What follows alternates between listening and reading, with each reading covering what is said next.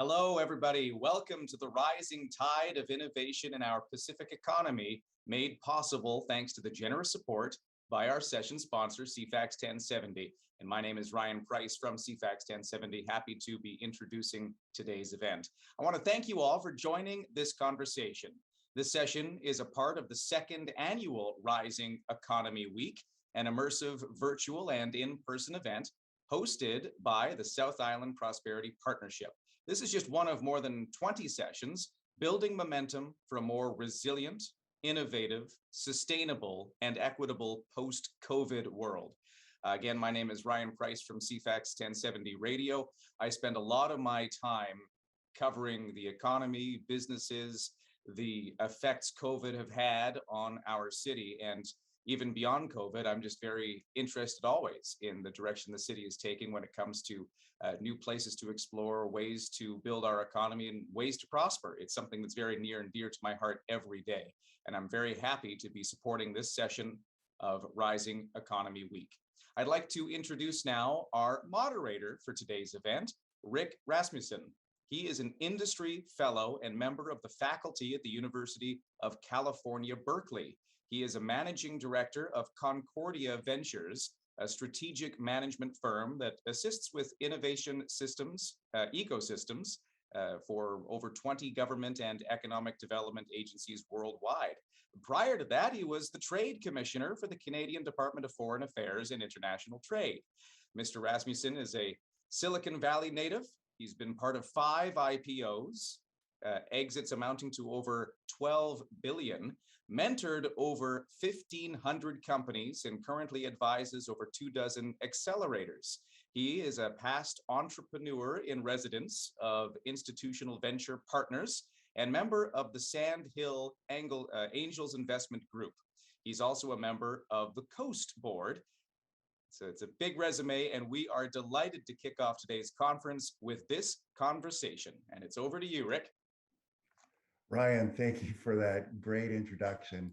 And saving the best for last, being part of the Coast Board has really been an interesting journey over the last few months. And I'm honored to go ahead and chair and moderate this discussion about Coast and what's happening within the rising economy, specifically the blue economy on the Pacific. So if I may end up sharing some slides, let's take a look. One sec.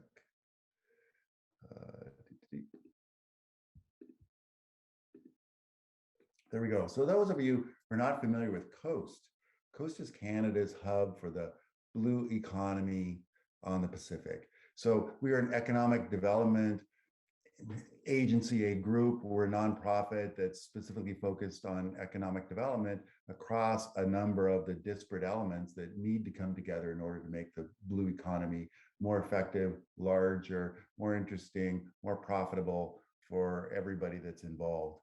Front page of our website, you're welcome to go online and take a look. Coast is at the forefront of the next wave of ocean exploration and applied technological innovation to harness the vast potential of Pacific Canada. And economic development in general has been an art and a science over the last few decades. And for the most part, historically, it's focused on something called the triple helix model, where members of each one of these areas, industry, government, academia, has gotten together for promotion of industry, government, and academia across the board. You'll see these organizations primarily in Europe. It's about 2,000 individual economic development organizations spread throughout the continent. And what's happened over the last 3 to 5 years is there's been a recognition that that's just simply not good enough. That at this point in time, there's a need to include entrepreneurs and entrepreneurship as the source of a lot of innovation that feeds industry coming from academia and supported by government overall. And in order to take on entrepreneurship, simple private funding from banks, governments, other agencies is simply not good enough. And so the establishment of a private funding entities such as venture capital comes into play. And here within Western Canada and Canada at large, there's a great nod, understanding, and honor to work with First Nations as the source of a lot of the tradition that comes with developing a region such as Western Canada. So we've expanded the traditional triple helix model into a 6-pillar model that includes all of these various entities. And the panel itself is constructed around bringing forth the interests of each of those and what it means to come together. So the mission of COAST is to drive inclusive prosperity in British Columbia's sustainable blue economy through collaboration among entrepreneurs and through entrepreneurship, innovation, and expansive partnerships overall. We're in relatively early stages of development. We've incorporated, and now we're working underneath the South Island Prosperity Partnership, SIP, as well, and beginning to establish a series of programs. Entrepreneurship programs that are being discussed include accelerators, corporate partnerships, funding opportunities, and particularly export development, as Western Canada and the Victoria, Vancouver area is particularly well situated for development all along the Pacific Rim. Along those lines, we're an innovation cluster that's looking to solve specific industry level challenges. We're membership based and looking to open new market opportunities for those that are members, as well as those that are part of the larger community. And in doing so, are looking to develop co-working space, particularly downtown and some other areas as well, doing some shared testing in development facilities, and particularly involving not only companies, academia, public sectors, startups, and investors overall. So you can see our mission, our ambitions are quite large. So with that in mind, I'd like to go off and introduce some of the wonderful panelists who have agreed to spend some time with us this morning. Let me go through and allow each of them to introduce themselves, starting with Don Grant. So Don, can you tell us a little bit about yourself and the Ocean Startup Project? Yeah, thanks so much, Rick. Really excited to be here this morning, folks. This is just a great event. I got to take part in some of Rising Economy Week yesterday, and just so excited to see all of the stuff that's happening here on the South Island. I am Don Grant. I am the executive director of the Ocean Startup Project. What we are trying to do is make Canada the best place in the world to start, foster, and grow an ocean company. We're really focused on raising awareness at this point, and just raising the awareness of the massive opportunity in the ocean sector right now throughout the world. And so really excited to be partnering up with COAST and SIP to put some people on the ground here in Victoria and British Columbia to try and help us build that awareness and to draw out more early stage entrepreneurs. So I'll turn it over to the next. Do you want me to kick it to Melody, Rick? You can kick it to Melody. All right, Melody, over to you. Thanks, Don. Thanks, Rick. Echoing the enthusiasm. Really happy to be here and be a part of the event. Looking forward to the discussion. So good morning, everyone. I'm the Chief Engagement Officer of Canada's Ocean Supercluster. And so I'm responsible for our innovation ecosystem investments, diversity and inclusion, Indigenous and cluster engagement more broadly. And of course, I have the pleasure of serving on the interim board of directors for COAST. And Canada's Ocean Supercluster, for those that don't know, is a private sector-led $300 million partnership with government. So we're one of 5 superclusters in Canada, and the Ocean Supercluster is really designed to increase innovation and modernization across ocean industries. So it is a national initiative. We actually have about 450 members spread right across the country. We have a 5-year mandate, and it really includes the shared vision of industry leaders in fisheries, aquaculture, offshore resources, transport, defense, marine renewables, ocean tech, and much more. So together we're investing in transformational collaborative projects, working with the hundreds of companies that are addressing complex industry and ocean challenges. So that's it for me. Thanks, Rick. Great. Thank you, Melody. We're honored to have you here with us. Next to Emilie, please. Thank you, Rick. Wonderful to be here. I'm really excited for this conversation.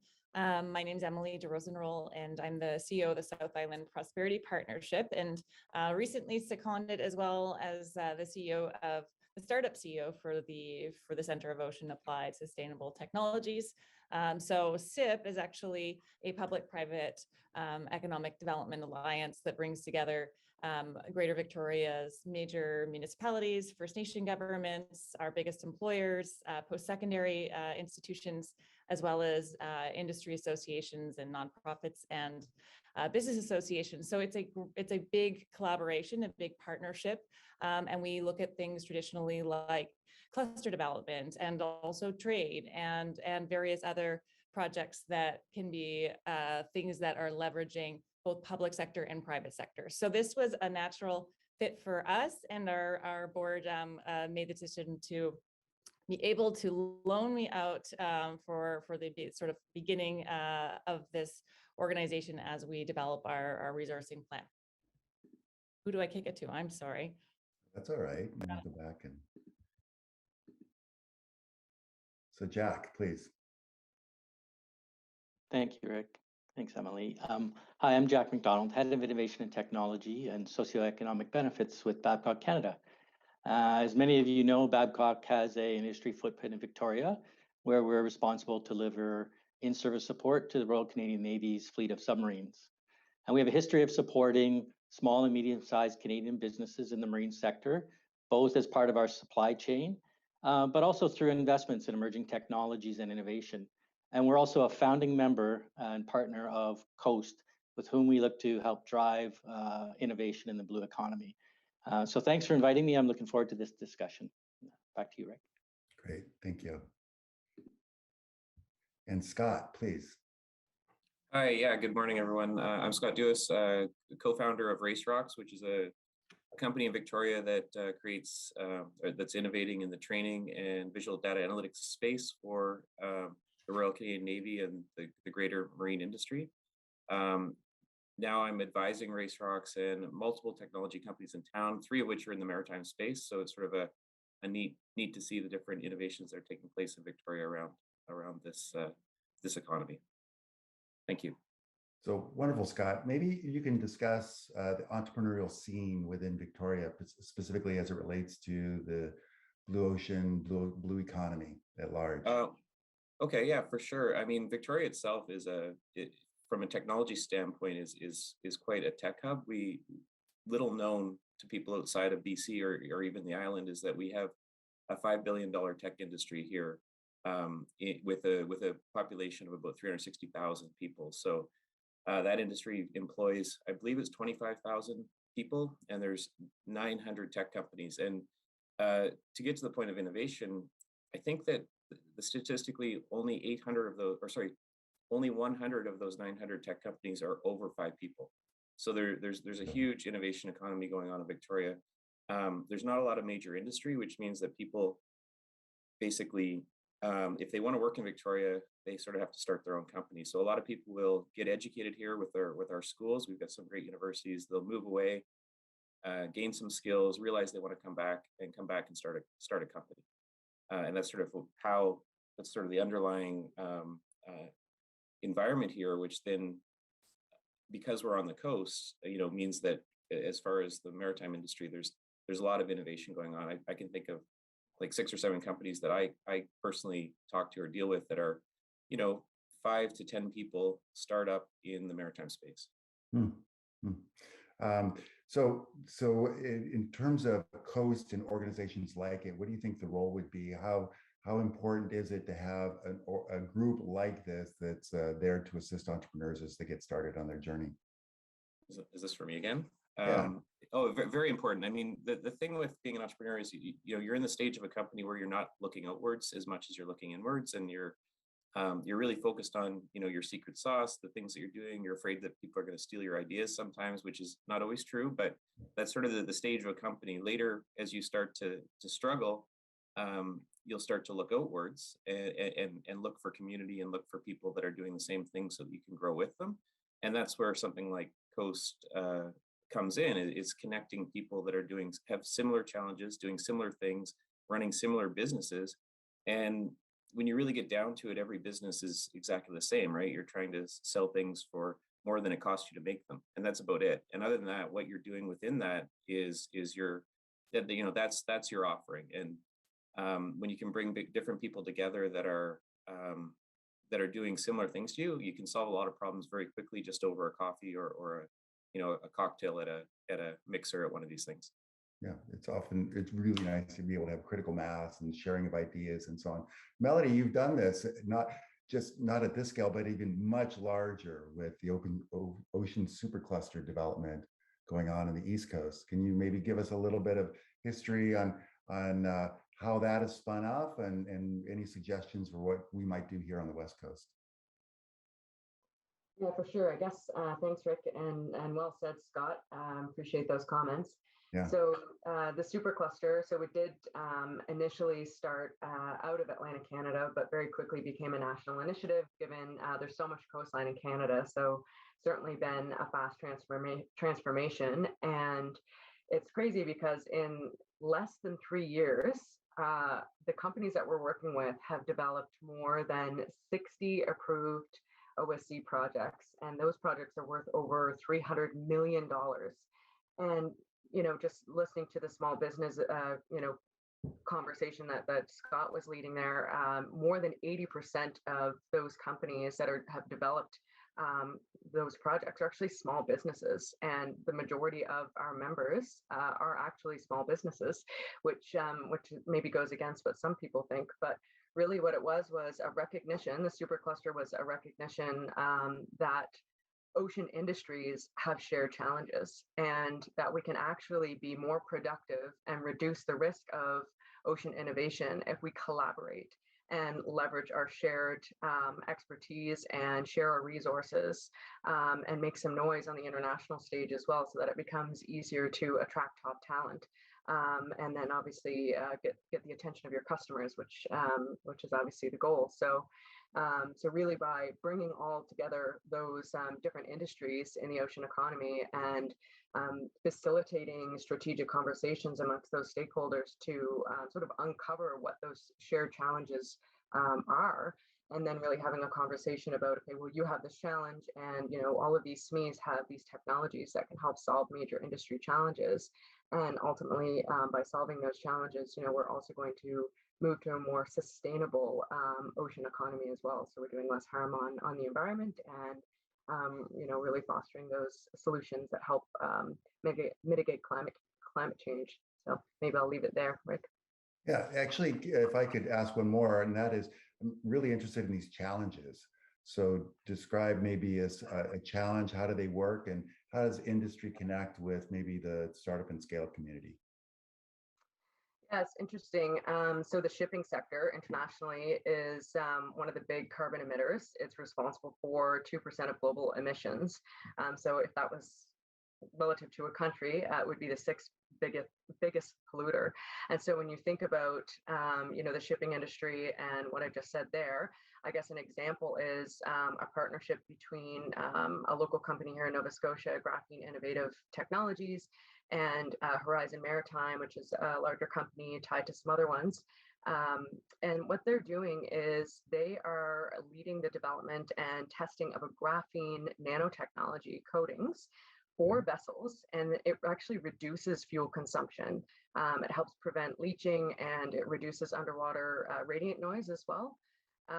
So during some of the recent testing that they did of that technology with Transport Canada, it showed that the coating provided 20% reduction in fuel consumption in those small boats. And so through the Ocean Supercluster project, so we're investing with those partners on the Smart Protective Coatings project, if I'm remembering that correctly. They're going to continue to further test that on larger vessels and hopefully have some even more incredible outcomes. So that's just an example of, a challenge and how partners came together through the Supercluster to help solve that challenge. Nice. And that's published information. Can companies from Western Canada participate in those developments? Was that question for me, Rick? Sorry, yeah. I think I missed. Yeah. How would companies from Western Canada benefit from those challenges? Well, I think it's really about the network. So as I mentioned, we have 450 members right across the country, and that grows pretty much every day. And 50% of our members are outside of Atlantic Canada. So British Columbia actually has the third largest critical mass of ocean supercluster members. And, we're really working to connect stakeholders right across the country. So it's really about plugging into the networking opportunities and accessing our programming through our technology leadership program and our innovation ecosystem program. So, really any of our members and any ocean stakeholders have access to the benefits of participating in the supercluster. So I would encourage folks to, if you're not yet a member, become a member and get involved. Good. Call to action. There you go. Hey, Don, making Canada the best place in the world to start and grow an ocean tech business. What does that mean and how does that work? Yeah, it's really interesting. So I think what I would say is, how does it work? It works through exactly what Scott and Melody have been talking about. It's that collaboration, it's that interconnectedness, it's connecting us across this country. Because if we're going to win in the oceans and be relevant on a global scale, we really, really need to have that interconnection across this country. We're only a country of 36 million people, yet we have the largest coastline of anywhere in the world. And so really trying to ensure that Pacific Canada, Atlantic Canada, the North, and those spots in between are all interconnected. And what we're seeing is there is a lot of interest and momentum growing in the ocean startup space, but also just the ocean sector generally, because of the work that Melody and the Ocean Supercluster are doing. The Ocean Supercluster is a funder of our project and has been very encouraging of us putting people out into Victoria and British Columbia to try and generate more ocean startups out here, because there's just so much opportunity in British Columbia and here in Victoria for more ocean innovation. And when you have an organization like Coast coming online, it just builds the momentum, the enthusiasm, and gets more people engaged and interested. And in my estimation, this is a once in a generation opportunity for Canada to take advantage of, and British Columbia and Victoria have a huge role to play in that. Yeah, well, thank you for that. I'm excited already. Hey, Jack, industry, when we're building out these clusters, superclusters, industry often plays not only just a large role, but the largest role. I mean, ultimately, startups and scale-ups, as they're developing, and all these other participants are there to go ahead and build larger companies and serve industry as potential customer. Tell me about the role of Babcock and innovation in general, but then organizations like this, and how do you tap into them? Well, I think larger industries, larger companies like Babcock and others, they play a bit of an anchor role for the economy and the local economy, and provide an opportunity for small entrepreneurs to work with them, to use that industry as a use case for new technologies and new innovations. And if I think back to your 6-pillar model, the role of industry and the role of Coast within industry there is to make those connections with entrepreneurs, with academia, and to build those relationships so that we can move startups to scale-ups and scale-ups to small industry, and actually start to produce and potentially even export these ideas from Canada's maritime industries. And I think a second part of that is capacity building, right? It's building the skills and the workforces that can actually leverage these new technologies and bring these new innovations to market. And so that we aren't having people, like Scott said, having to leave to get experience. They can actually stay and gain that experience right here. So I think that there's a role for industry in both of those, both to support the entrepreneur and to help build that capacity. Yeah, I agree. And then Babcock specifically, what would you be looking for for Western Canada? What sort of technologies or developments would you see Coast and just the community at large assisting with? Well, I mean, traditionally we've invested in small startups and technology firms that support our business activities, right? Which makes sense. And I think that's important for all entrepreneurs to keep in mind when they're looking to partner with industry, is there's got to be something mutually beneficial. And so industry needs to have a reason to continue to invest, and that's part of their business line. But I think beyond that, I think we're all understanding the impacts of climate change, and so clean technology is of an interest, whether or not it's a business activity. It's part of our kind of business responsibility, and sustainable technologies is an area where we're really focusing on right now. Great. Emilie, you have the biggest challenge and the most exciting job out of all of us is to pull together these various disparate elements in a coordinated fashion. Can you tell us, kind of give us a little bit of background on COAST, what's been going on, where it stands, and any calls to action you have for the audience? Sure. And by the way, it's been an incredible journey of a team with an advisory board with, you know, many of you around the table and partners and so on. So it certainly has not just been me by any stretch. So I have the honor of being able to take it for this next stretch, and I'll tell you a little bit about how we got here and maybe where we're heading.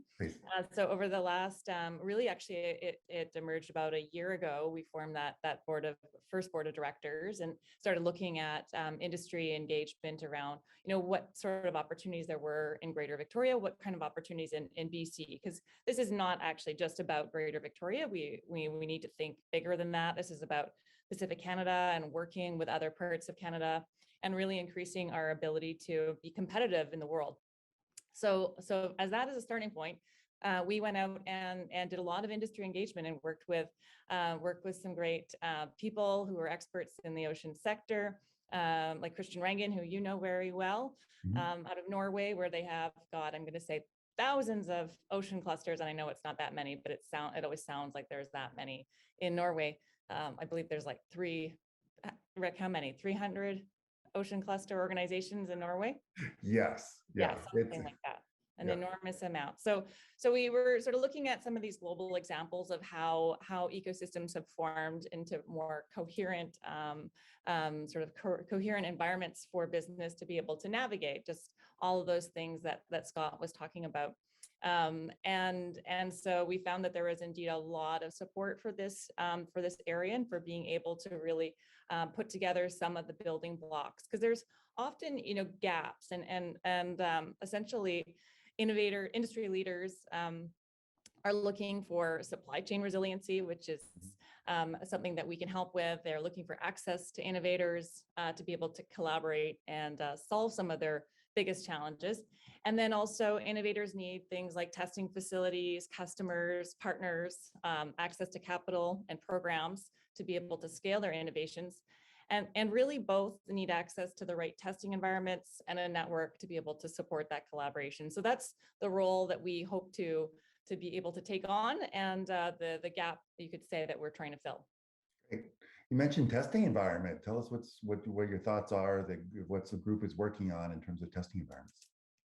Yeah, great. So really, we're looking at a couple different things. And so we envision this as a hub and spoke model and within a network of different nodes. And so some of those are we're hoping, we're looking at a headquarter location, perhaps at Ogden Point, the Breakwater District, which is just 7 minutes from downtown Victoria by foot. Don't know if folks are all familiar with Victoria, but it's very close to downtown, but it's got the deep water access and a lot of space that we can build office space and light manufacturing space. So you'd have deep water access, which is important for a lot of the entrepreneurs in this space, and also be able to put together a broader network. And so accessing things like, you know, saltwater testing tank at Ocean Networks Canada, or perhaps being able to locate testing equipment off the coast of Sauk Nation, which is also not too far. So we're looking at different things. We're looking at the virtual as well as the physical, and all of the sort of approach to being able to really to generate as big of an impact as possible. Yeah, no, that's super exciting. I can't wait till that gets going.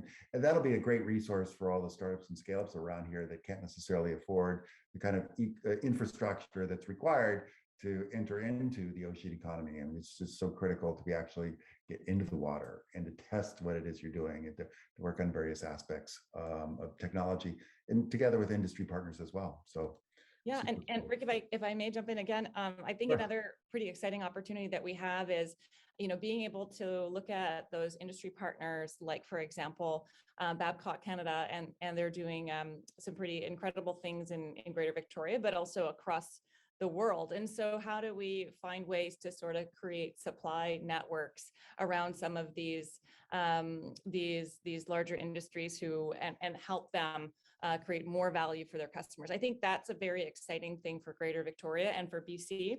Yeah. Since we have the seat of the Royal Canadian Navy here, quite a lot of the industry we do have is related to serving that need. So I think that's a real opportunity for us. Yeah, I totally agree.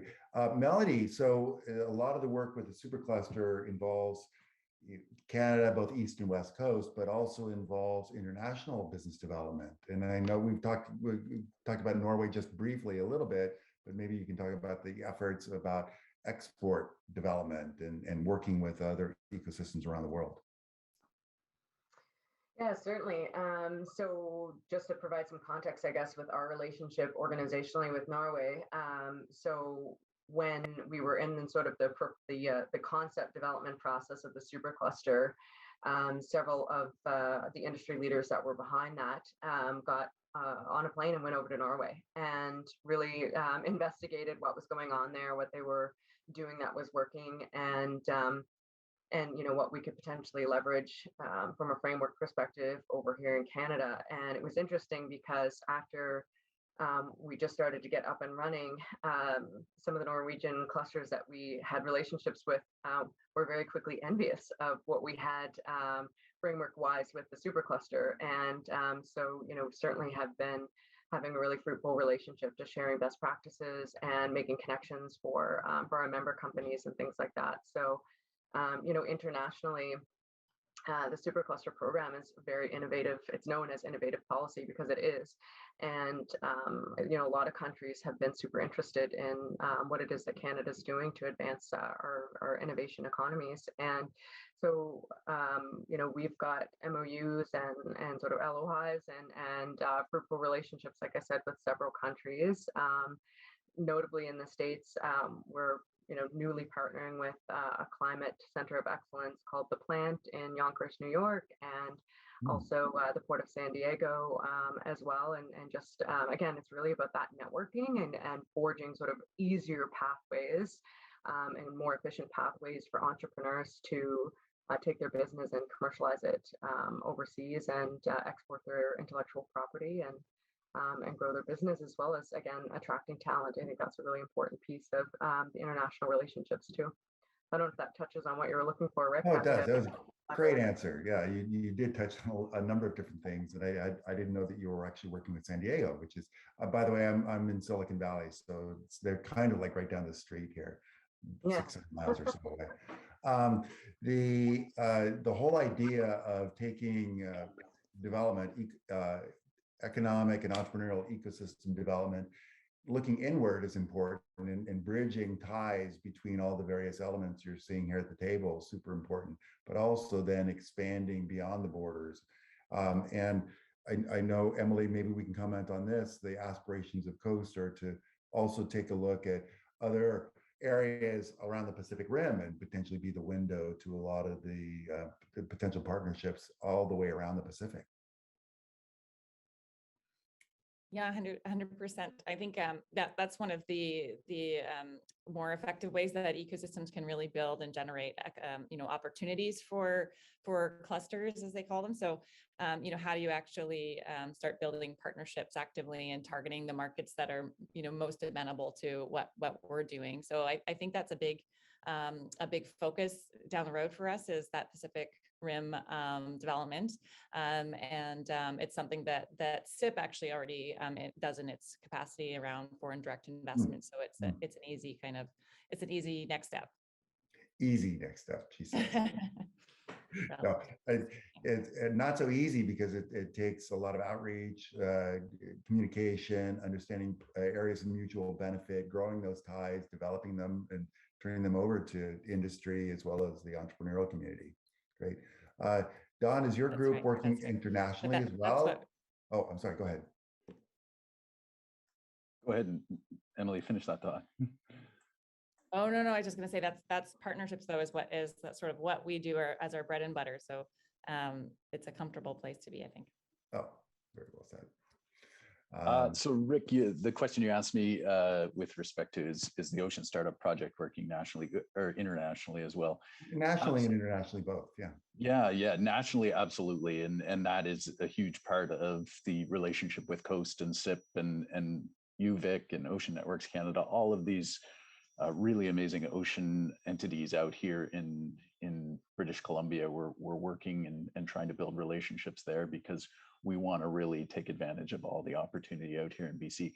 Internationally, I would say because of what the Supercluster is doing, in part because of the pandemic and going virtually very early on in this project, we've had a lot of inbound traffic into the Ocean Startup Project internationally. And we've created incredible relationships with various organizations across the globe who are, as Melody pointed out, looking in at Canada right now and saying, what you folks are doing, we want to understand it. We want to be a part of it. And you know, a lot of the time I have to tamp down some of the enthusiasm because we are still relatively nascent. We are still trying to pick up the momentum and build this ocean ecosystem. And what OSC is doing and what Coast will bring along is just massive momentum and focus on the ocean sector here in Canada. And that is a really, really, really critical point. One thing I just want to note from the opportunity perspective, because we've talked a little bit about Norway. Norway has about a sixth of the amount of people that Canada has, and their ocean economy is 7 times greater than Canada's right now. So it tells you what the expansive opportunity for Canada is if we place the right focus on the ocean sector and people awaken to this massive, massive opportunity in this sector. Yeah. And just commenting, I think we do have an opportunity to learn from what they've done, but learn best practices and do even better. Interesting, the 300 individual cluster organizations that are there, that's a blessing and a curse at the same time. And so we have the opportunity to sort of scale up from scratch and take a look at what's being done and again, exert best practices overall. So So Jack, in terms of industry development, I think, certainly Babcock's an international organization. You're pulling in, a lot of technology from the UK, from Eastern Canada and so on. But here specifically, in terms of some initial developments, I mean, I know we're in early discussions overall. Maybe you can give us a little hint as to what you might propose as for developments working together, industry and startups or scale-ups. Any potential pilot projects? Any things that you're thinking about? What's cooking in the kitchen right now? Okay, well, I'll kind of get to the what's cooking in the kitchen in a minute, but I guess just on the role of international industries like Babcock. So I mean, Babcock operates in 25 countries across 6 continents. So what we can bring to Coast as a partner is an understanding of international markets, right? And being able to talk about how that international marketplace will work for startups and scale-ups that are looking to develop a product and export it. Also, we provide access to markets. So as you talked about, bringing technologies from our other businesses into Canada, we can easily take good Canadian technologies and export it and use it across our business globally too. So those are areas we really endeavor to do because it promotes Canadian economic benefits, and to get companies that can export internationally is something that we want to achieve with small and medium enterprises. And in terms of the things we're looking to do, we quite haven't settled in on what we're going to do in Coast yet, and I know we have some upcoming workshops to do, but I can give you a flavor of the kinds of things. So autonomous technologies or semi-autonomous technologies like remotely operated systems and autonomous systems, and how we can gather data from the ocean, and then through different analytics, extract information from that can provide us information around what's happening on the ocean floor, or the condition of vessels without having to send divers down for example, I was talking to a small company at an ABCMI event recently in Vancouver, who are helping the Coast Guard identify derelict vessels that are scattered all throughout the West Coast. So using autonomous systems and gathering data that way, we can easily identify more quickly which vessels should be priority, and maybe that reduces the environmental problems in certain areas. So that's an idea that could be useful to look at as a coast project, and that would also kind of leverage some expertise we have in the use of remotely piloted systems. No, super exciting. Emilie, we're going to turn it over to questions in a little bit. But before we do, we talked a little bit briefly about the 6-pillar model, and two of the groups that are not represented here are academia and First Nations. So maybe you can give a quick briefing on what's happening in those two areas and their role in this organization. Yeah, thank you. So our chief planist, I wish he were here, but he is on our advisory board as well, representing the South Nation, and they are currently looking at something called the Snakwa Center, which is a center looking at how do we tie together a lot of environmental monitoring and stewardship and essentially taking care of the territory, but in a way that combines traditional knowledge and also modern methods. So they're doing a lot of interesting work there, which we see as a key partner. It ties, of course, as well to some of the capabilities at Ocean Networks Canada, which is a massive research institution out of UVic. So that's another sort of way to answer that question. Yes. They are the largest sort of data repository on ocean data in the world. And a tremendous, asset for us in this part of the country, but also, of course, for Canada. And then also further to your question, we have Lisa Kalinchuk, who is the head of research at University of Victoria on our advisory board. And over the coming months, we'll be really looking at how do we tie in more research capability and look at MyTax as another federal program that allows you to look at some adding research capability to some of the projects that we take on. So I think there's lots of ways that we're going to be looking at academia and post-secondaries, from training to research, of course, and looking at how do we actually more effectively commercialize the brilliant innovation that comes out of those institutions. Wonderful, great answer, thank you. So Alicia, if you're there, maybe we can turn it over to the audience and let us know how they can post questions, and let's go ahead and get that element of the program started.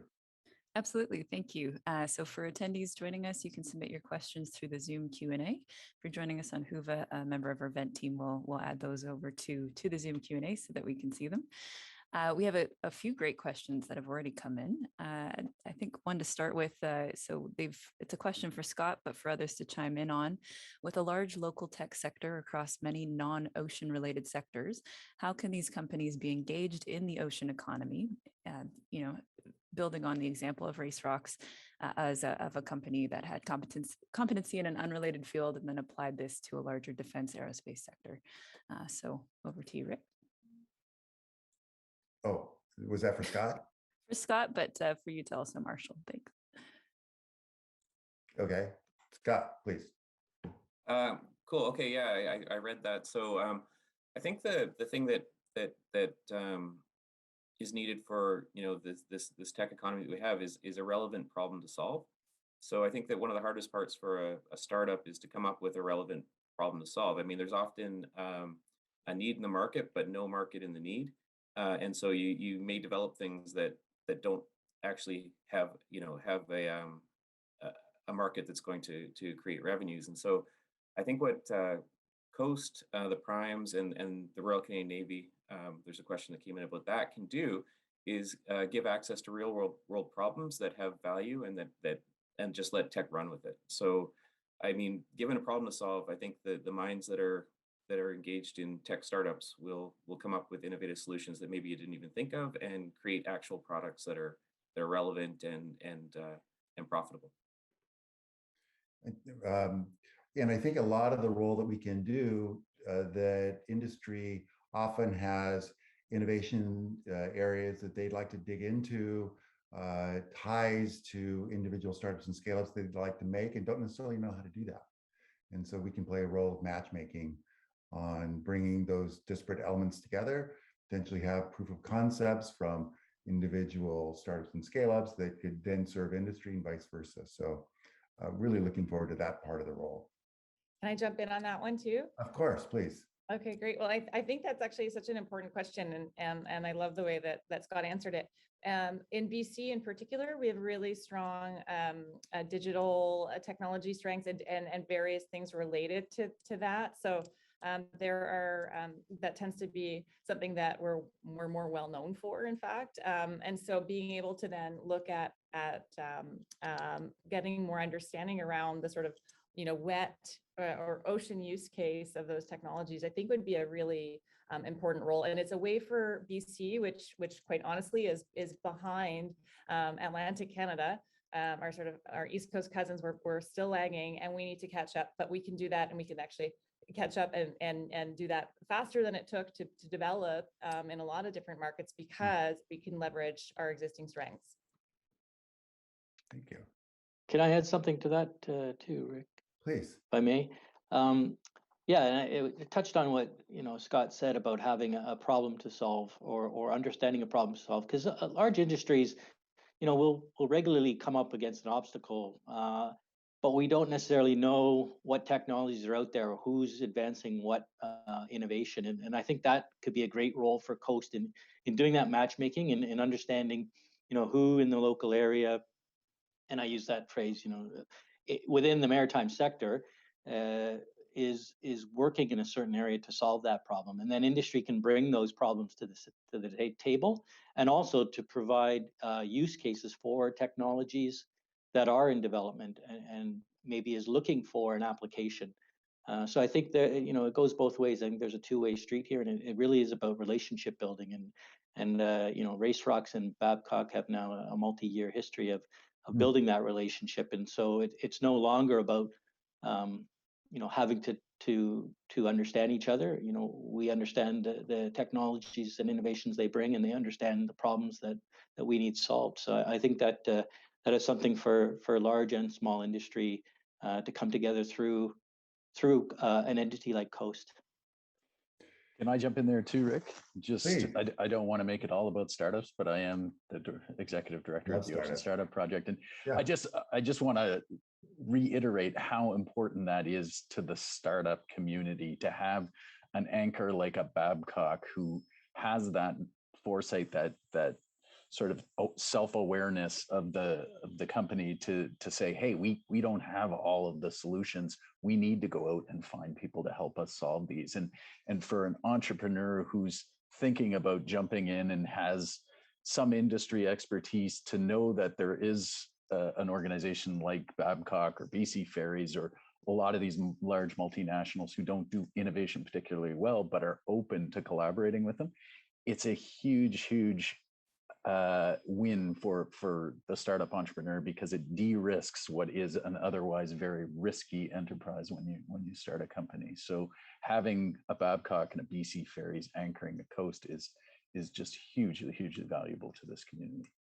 This is the way, I totally agree. And this is the way that economic ecosystems get built. You start off with those partnerships, and startups and scale-ups won't exist and thrive without strong customers, and the industry won't be able to innovate without that new blood and those new thoughts going in. And so that spirals up. It takes a while to do. It takes months and years, but that's how you develop a blue ocean economy here at some place like Victoria, Vancouver, and the whole Western Canada hub. Couldn't agree more. on that note, Alicia, do we have another question?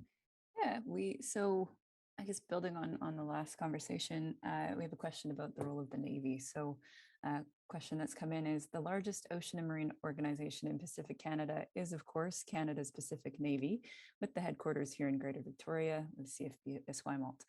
How can organizations like Coast, SIP, and others help them become a catalyst for more innovation in smaller ventures and entrepreneurs? These typically cannot, I guess the scale of companies that cannot typically access large tenders unless through special calls to action, like those through the Ideas platform or others. Emilie, you want to take that one? Yeah, sure. I mean, I'll do my best at that. I mean, we have right now a letter of intent with the Navy, and that's to explore what the nature of an MOU would be. And so there's definitely, I think, a role, and it's recognized that there is a role and there's a real opportunity here to support being like a support to the tech radar to find out sort of what is out there, what's available, how ready is it, who are the partners, what are the larger industries also that are observing those technologies. So how do you tie together that supply chain better? So there's definitely a whole bunch of places where there's little gaps or big gaps depending on your viewpoint. And so how do we start trying to fill to bridge that a bit? I think that's definitely something to look at very seriously. And I think it makes sense from a proximity standpoint and understanding also the end user of an industry partner like Babcock Canada, for example, is really important to do that, of course. Yeah, I mean, I see industry playing. Sometimes it's difficult for the Navy to translate what their needs are to a level where a startup or scale up can understand it and engage. Yeah. So you need industry partners to go ahead and bridge that gap, and we're lucky to have Babcock and others involved. Jack, any Jack, any thoughts on that? Yeah, as a defense contractor, we have a route to engaging with the Navy to propose ideas and to listen to their needs and to help propose solutions for them. And with that, then we can reach out and find innovative solutions that can help us meet their needs. And so you get that partnership, and that's very similar to the partnership we forged with RaceRox. And in doing that, it helps build capacity in those small companies such that they then can go out and contract directly. And I know RaceRox, maybe Scott can talk about his successes in contracting direct with the Navy. But I think there's also an opportunity these days. There's a real convergence of opportunities with government through the Ideas program with Defense, but the Innovation Solutions Canada program as well, for industry to directly contract with government for unique ideas. And I think, I encourage, anybody who can get into those programs, and they have varying levels of, readiness level of your ideas to promote, to get into those programs, because that's the route to contracting more easily with government, in addition to partnering with larger industries. No, and maybe Scott's got some more comment on that. Yeah, I mean, so I think to actually get contracts with the RCN, you have to have a lot of experience, and so companies like Babcock can help you get that experience, so that then you can get you can get in and actually apply for your own contracts, which we've got a few now direct with the RCN, including helping them with their new innovation center. And so some of my thoughts on that first question are, what are the 5 things the RCN can do to support from Coast and SIP? And so the first is give industry relevant problems to solve.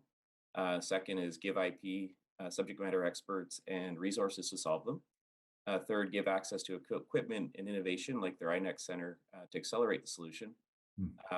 Create a pull for primes like Babcock, Lockheed, C-SPAN, Thales, et cetera, to want to use that solution. And then support ISC, like Innovation Solutions Canada Testing Stream and some of the other programs as the sponsor for small industries, so that they can get a contract with the Crown. And so if the RCN were to do those sort of 5 things with support from the city, then more companies like RaceRox could get involved and benefit from having them here in Victoria.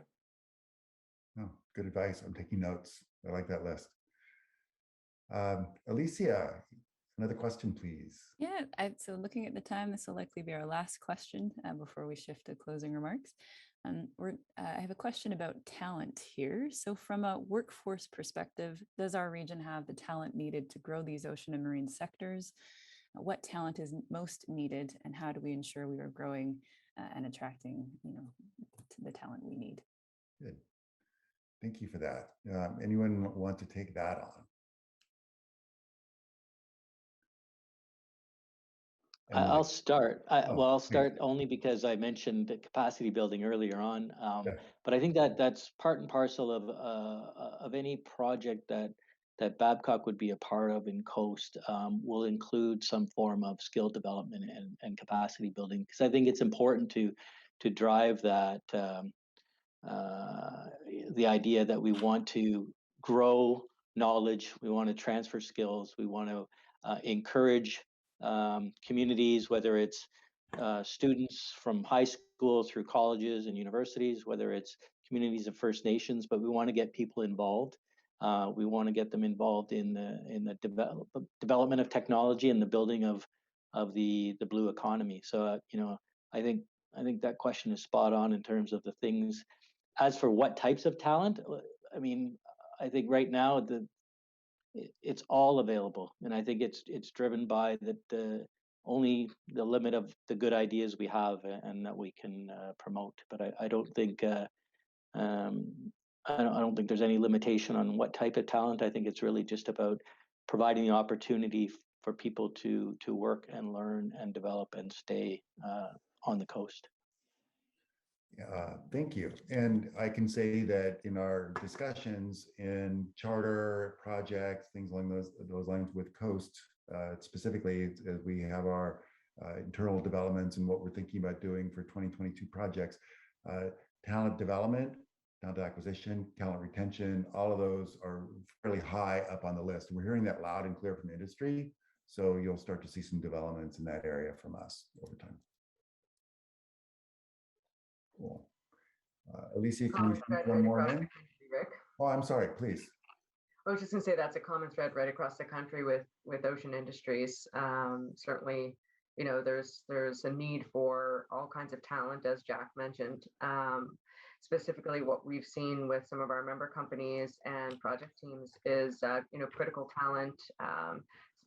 All different kinds of technical talent, senior experienced talent of folks that have been on the water and have that sort of, out on the water experience, boots on the ground experience. So less so on the junior side of talent and more so on sort of the experienced leadership side of talent. So those are some of the things that we've seen, but certainly it's a pan-Canadian opportunity from a talent perspective.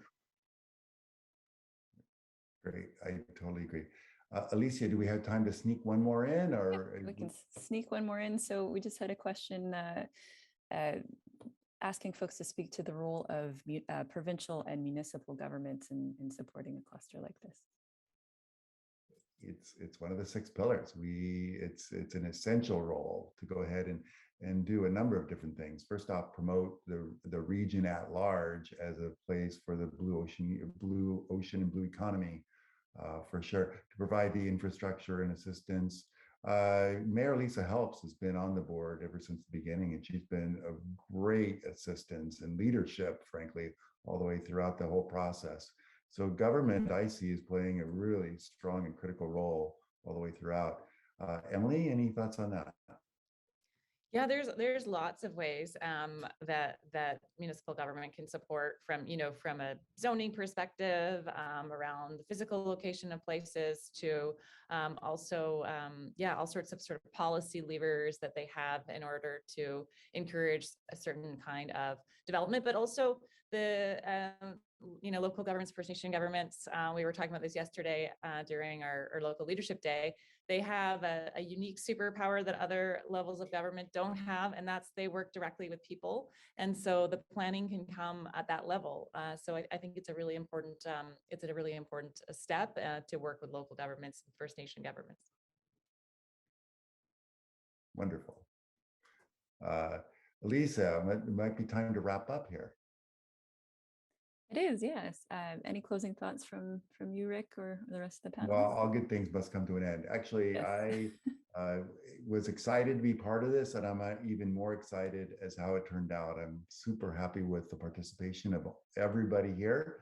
Thank you so much across the board, Don, Melody, Emilie, Jack, and Scott. Great interaction. You can get a sense for where Coast is going to be all about just by judging the enthusiasm and responsiveness from each of the panelists here.